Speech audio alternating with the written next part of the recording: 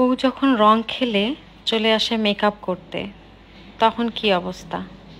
Lens পরার অভ্যাস নাই, বাট বিয়ের দিনের জন্য তো ইচ্ছাটা করেই পড়তে। কি হবে সেদিন হঠাৎ করে লেন্স পরতে গেলে।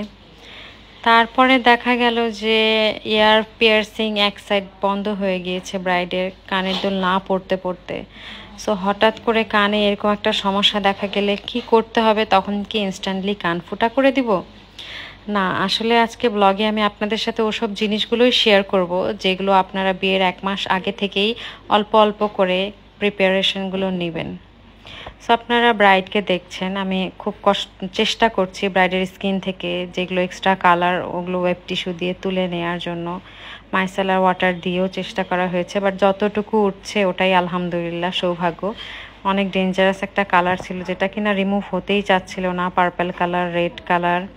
তাও আমি বেসটা তো অনেক সুন্দর করেই করে নিয়েছিলাম, আপনারা প্রিভিয়াস স্কিনটা দেখলেই বুঝতে পারবেন, আর ফিনিশিং টাচ আপ যখন হবে তখনকারটাও। আর তারপরে আসি যে আপনারা যারাই ব্রাইড, অবশ্যই স্কিনে হলুদ, কাঁচা হলুদটা বা এরকম টাইপের রং থেকে স্কিনকে সেফ রাখবেন, কারণ মেকআপের জন্য এগুলো একটু বেশি কষ্টকর হয়ে যায়। তো আপনারা অবশ্যই কালার ফেস্টিভ করবেন, কেন করবেন না, কিন্তু একটু সাবধানে যেন আপনার স্কিনটা ওটাতে ইফেক্টেড না হয়। তারপরে তো আমি ব্রাইডের মেকআপ করতে শুরু করলাম। মেকআপ করতে করতে আপু বললো আমি লেন্স পরবো, যেন আমার চোখটা বড় লাগে। আমি বললাম আচ্ছা ঠিক আছে, আমি লেন্স পরিয়ে দিচ্ছি। বাট এই লেন্স পরার কাজটাই যদি আপনারা বিয়ের আগে 1-2 বার ট্রাই করেন বাসাতে, তাহলে কিন্তু ফার্স্ট এক্সপিরিয়েন্স হিসেবে আর প্রোগ্রামের দিনে ওটাকে এক্সপিরিয়েন্স করতে হবে না। ওটার যে এক্সপিরিয়েন্সটা একটু ব্লার দেখা যায় বা চোখে একটু খচখচ করে, একটু পানি আসে, এগুলো আপনারা আগে এক্সপিরিয়েন্স করতে পারবেন। সো প্রোগ্রামের দিন আপনি এই জিনিসটাকে নর্মালভাবে নিতে পারবেন। সো লেন্সের বিষয়টা আমি বলবো, যারা লেন্স পরতে চান, এখন 80% ব্রাইডরাই লেন্স পরতে চায়, কারণ লেন্স দিয়ে অনেক লুকটা চেঞ্জ হয়ে আসে, এক্সক্লুসিভ লাগে। তো অবশ্যই আপনারা লেন্সটা বাসায় 1-2 বার ট্রায়াল করবেন। যদি না পারেন, যেমন আমরা বিউটিশিয়ান আছে, আমাদের কাছে এসে 1-2 বার ট্রাই করলেন, বা নিজেরাই ট্রাই করা যায় খুব সহজে। তারপরে আসি আইব্রোসের বিষয়টাতে। আইব্রো কিন্তু আপুর একদমই অনেক ঘন ঘন ছিল, অনেক মোটা মোটা লোম ছিল আইব্রোতে। বাট যাদের আইব্রো অনেক লাইট তাদের আইব্রো প্লাক না করলেও চলে, বাট যাদের অনেক ঘন ঘন লোমের আইব্রো তারা কিন্তু হালকা একটু শেপ করেই নিতে পারেন। যারা আইব্রো প্লাক করেন তাদের তো কোনো সমস্যা নাই, বাট যারা করেননি, প্রথমবার বিয়ের জন্য করবেন, তারা কিন্তু ফার্স্ট টাইম হিসেবে জাস্ট একটু সাইজটা করে নেবেন, তাহলে না আই মেকআপের লুক, স্পেস সব কিছু খুব সুন্দর করে ফুটে ওঠে। তো আইব্রো প্লাকটা খুব নেসেসারি না, বাট যাদের প্রচুর ঘন তাদেরকে বলছি, যারা করতে চান না বা ফার্স্ট টাইম এক্সপিরিয়েন্স করবেন, তারা কিন্তু জাস্ট একটু সাইজ করে নিলেই হবে। এখন আপুকে আমরা জুয়েলারি পরিয়ে দিচ্ছি। আপুকে লেন্স পরানো হয়েছে। জুয়েলারি পরাতে পরাতে গিয়ে দেখি আল্লাহ, একটা কানে তো খুব সুন্দর করে চলে গেল, আরেকটা কানের ছিদ্রটা, পিয়ার্সিংটা আপুর একটু বাঁকা ছিল, যার কারণে আমরা খুব সহজে ওটাতে ইয়াররিংসটা দিতেই পারছিলাম না। অনেক সময় লেগেছিল ইয়াররিংটা পরাতে। সো প্রত্যেকটা ব্রাইডেরই দেখা যায় যে একটা কানের সমস্যা থাকে, একটা কানে হচ্ছে ইয়াররিংটা পরতে বা অনেক ভারী লাগে। আর বিয়েতে যেহেতু একটু ভারী টাইপের দুলগুলোই সবাই ক্যারি করে, সো এটা যদি আপনারা বিয়ের 1-2 সপ্তাহ আগে থেকে কানে ছোটোখাটো কাঠি অথবা দুল পরায় স্টার্ট করেন, কারণ এখন সবাই ব্যস্ত থাকে স্টাডি নিয়ে, তারপরে জব নিয়ে, তো দেখা যায় ইয়াররিংস ওকেশনালি পরা হয়। সো হঠাৎ করে যখন এরকম একটা ইয়াররিং পরা হয়, তখন কিন্তু অনেক পেইনফুলও হয় বিষয়টা। আবার দেখা যায় যে আপনার এই যে একটা কষ্ট, এতক্ষণ সময়ও লাগছে। তারপরে আমরা অনেক স্যাভলন ক্রিম দিয়ে ওই দিয়ে অনেক ট্রাই করার পরে ফাইনালি ইয়াররিংসটা আমরা পরিয়েছিলাম।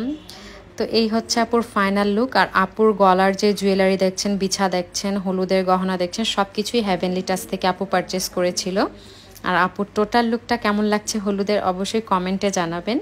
মাশাআল্লাহ অনেক সুন্দর লাগছিল, আর আমাদের ব্রাইড আপু অনেক স্যাটিসফাই ছিলেন।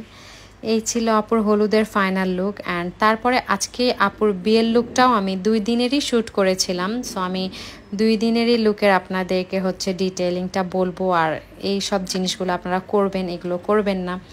আজকে এইটা হচ্ছে আপুর বিয়ের দিনের ড্রেস। আপু অনেক এক্সক্লুসিভ একটা ড্রেস পরেছিল, অনেক সুন্দর। আপুর হাঁটতে অনেক কষ্ট হচ্ছিল যে এত ভারী ড্রেস। সো আপুর দেখছেন আপনারা আই মেকআপটা আমি কমপ্লিট করে ফেলেছি, বেসও যেহেতু হলুদে আমি বেস করা থেকে দেখিয়েছি, সো এই জন্য বিয়েরটা আর আমি অতগুলো করি নাই। আই মেকআপটা খুবই সুন্দর করে কাট ক্রিজ করেছিলাম আপুর চোখের সাথে অ্যাডজাস্ট করে গ্লিটারি। আর আপুর চোখটা যেহেতু একটু ছোট লাগে মেকআপের পরে, সো আমি ওইভাবেই লেন্সটা চুজ করে দিয়েছিলাম যে চোখটা যেন একদম খোলা খোলা লাগে। যাদের ছোট চোখ থাকে তারা লেন্স পরলে চোখটা একটু বড় লাগে, এটা হচ্ছে। আর ল্যাশটা যদি চোখে বুঝে পড়ানো হয় সেক্ষেত্রেও চোখটা বড় লাগে, লাইনারটাও চোখ হিসেবে দিতে লাগে।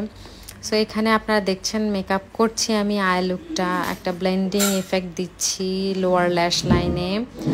আর আপু হচ্ছে হলুদের দিনে সেজে খুবই স্যাটিসফাই ছিলেন। সো বিয়ের দিনে আপু একদম আমাকে কোনো কিছুই বলে নাই, বলছে আপু যেটা আমার সাথে ভালো লাগবে তুমি সেভাবেই করে দিও, যেন আমাকে একটু মানে আমার ফেসটা যেন কিউট কিউট লাগে, আমার গোল গাল যেন ভাইবটা না আসে।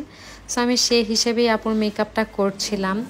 অ্যান্ড আপনারা যে বিষয়গুলো বললাম এগুলো অবশ্যই মাথায় রাখবেন, লেন্সের বিষয়টা, আইব্রো প্লাকের বিষয়টা, ফেসিয়ালের বিষয়টা, রং খেলার বিষয়টা, জুয়েলারির সিলেকশনটা, তারপরে হচ্ছে ফ্রন্টের যে হেয়ার থাকে, ফ্রন্টের যে আমাদের সামনে হেয়ার স্টাইল করার জন্য কিন্তু চুলের লেন্থটা শর্ট হলে অনেক সমস্যা হয়ে যায়, সেটা কিন্তু আপনাদেরকে মিডিয়াম একটা লেন্থ রাখতে হবে, খুব লম্বা না, লম্বা হলেও সমস্যা হয়, তখন সামনে বের করতে চাইলে ওটাকে কাটতে হয়। আর একদম ছোট হলে তো ওটা অনেক প্রবলেম হয়। অনেক ব্রাইডারই বড় কপাল যাদের আছে তারা কি করে, প্রোগ্রামের আগে আগে একটা হেয়ার কাটিং করে নেয়। সো এই জিনিসটা আপনারা মাথায় রাখবেন, হেয়ার কাটিংটা চেষ্টা করবেন অ্যাভয়েড করতে। আর একান্তই প্রয়োজন হলে লং রেখেই কাটিং করবেন, শর্ট করবেন না, কারণ চুলটা সামনে শর্ট হয়ে গেলে আমরা হেয়ার স্টাইলটা প্রপার দিতে পারি না।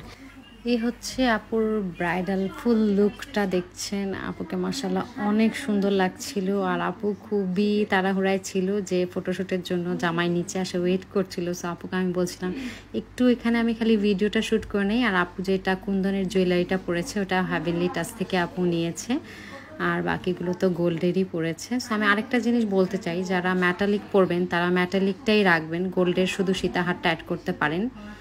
আর যারা হচ্ছে গোল্ড পরবেন তারা সব কিছু গোল্ডেন কালার রাখবেন। সো যারা সাজতে চান যোগাযোগ করবেন। Thank you.